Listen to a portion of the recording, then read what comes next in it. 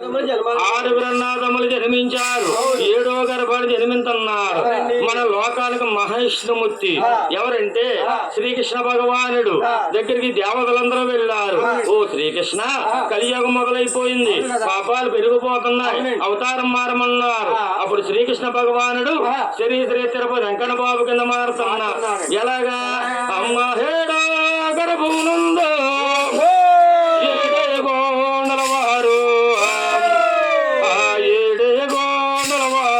స్వామి జనమారు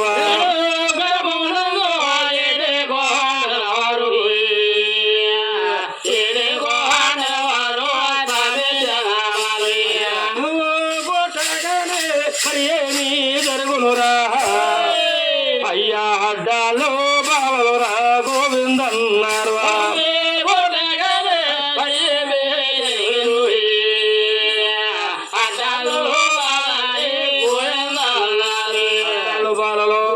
ఉయ్యాలో బాలలో ఉయ్యాలో బాలలో ఊరంతా గోవిందనామాలతో నిండిపోయింది.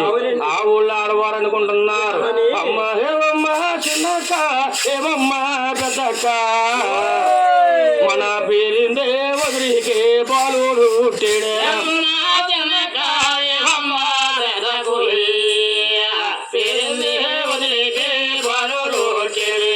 మన పేరిందే వదిలికి బాలుడు కాదట, చూసొద్దామేటే, ఇల్లొద్దామేటే. అక్కలందరూ రకంగా కూడి పేరుని గారి పేటకు చక్కెళ్ళారు.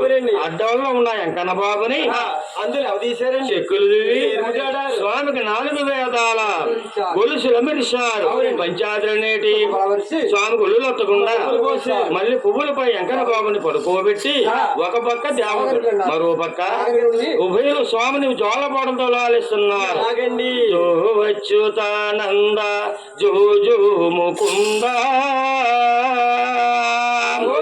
లాలి పరమానంద రామ గోవింద జో జో అచ్యుతానంద జో జో ముకుంద లాలి పరమానంద రామ గోవింద జో జో. బ్రహ్మాండము తొట్టుగా వించి 4 ఏదమల గొలుసుల మరించి జో జో బ్రహ్మాండము తొట్టుగా వించి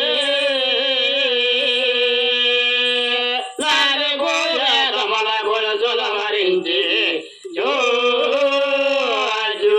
కొల్లయావుల పాలు పూనిగా తాగి పూలని ధరించరా ఓ శ్రీనివాస జో జో.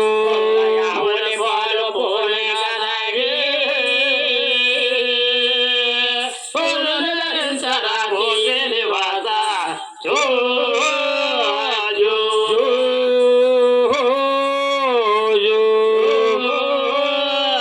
జో. అలా స్వామి వారి జోలపడలో లాలేస్తున్నారు. ఊరు మాటలు లేదు, ఉయ్యాలు ఎలా ఊపేరయ్యా.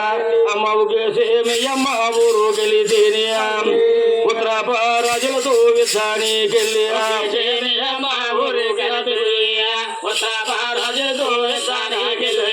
సేమియమ్మ పక్కలు ఉంటే పరమాట రాజులతో బంధానికెళ్ళి పక్కలు ఉంటే పరమాట రాజులతో బంధానికెళ్ళి. బాబుకి అంత ఎంత 5 ఏళ్ల వయసు వచ్చింది. 5 ఏళ్ల వయసులో బాగా మందికి ఏం ఉసుబాటం లేదు. ఆ ఈదికి వెళ్తాడు, ఈదికి వస్తాడు, ఇంటి మీద పెట్టేసి